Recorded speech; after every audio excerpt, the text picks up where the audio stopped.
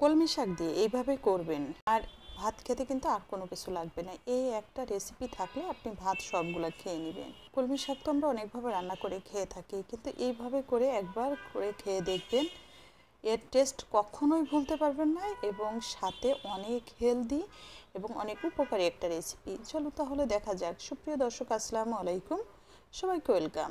এখানে আমি 2 আটি কলমি শাক নিয়েছি, ভালো করে বেছে এই যে এইভাবে করে কেটে নিয়েছি। পরবর্তী স্টেপে চলে গেলাম।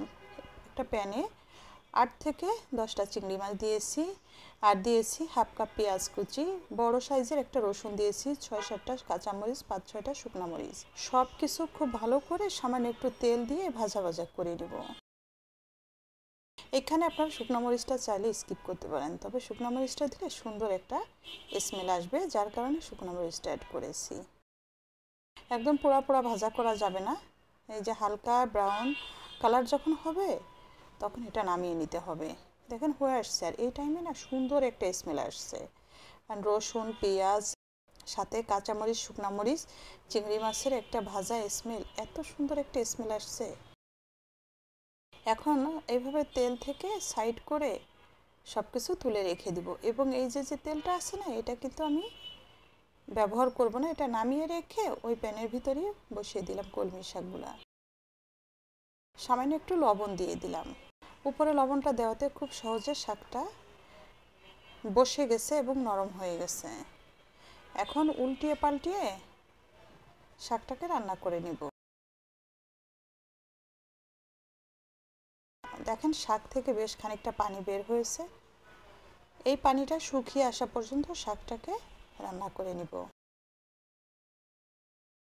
মানে ছড়িয়ে দিয়ে শাকটাকে খুব ভালো করে ভাজা ভাজা করে নিতে হবে। আর এটা কিন্তু কোনো প্রকার তেল আমি দেইনি, শুধু প্যানের পরে শাকটাকে খুব ভালো করে একদম ঝরঝরা করে, যেন কোনো প্রকার পানি না থাকে, যতটুকু সম্ভব পানিটা শুকিয়ে ভাজা ভাজা করে নামিয়ে নিলাম। এখন এই সব কিছু আমি বেটে নিব। চিংড়ি মাছটা প্রথমে বেটে নিয়েছি, আমি গ্রাইন্ডারে করে বেটে নিয়েছি, আপনারা শিলপাটা এটা করে নিতে পারবেন। এবং শাকটাকেও বেটে নিয়েছি। দিয়ে দিলাম বড় সাইজের একটা পেঁয়াজ ঝুরি করে কেটে নিয়েছি, এবং লবণ।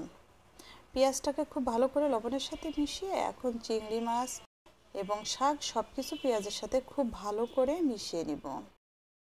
এবার তো আপনারা বুঝতেই পারছেন যে আমি কি তৈরি করলাম। আর দিয়ে দিলাম 1 টেবিল চামচ সরিষার তেল।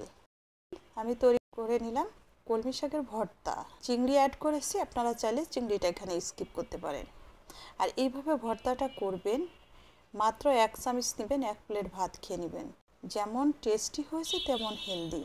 সামান্য একটু সরিষার তেল দিয়ে উপরে দেখেন আমি কিছুটা নিয়ে নিলাম একটু ভাতে, একটু সাথে সাথেই মনে হলো যে গরম ভাতের সাথে নিব এবং সঙ্গে সঙ্গে খাবো। আপনারা যদি করে না খান, এর স্বাদ কিন্তু কখনোই ভুলতে পারবেন না। অবশ্যই বাসায় ট্রাই করবেন এবং কেমন হলো কমেন্টস করে জানাবেন।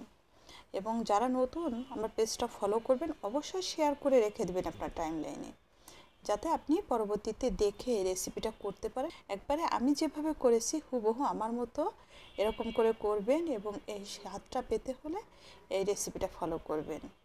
সবাই ভালো থাকবেন, সাথে থাকবেন, একটা লাইক এবং কমেন্টস করবেন। সবাইকে অসংখ্য অসংখ্য ধন্যবাদ সাথে থেকে দেখার জন্য। আল্লাহ হাফেজ।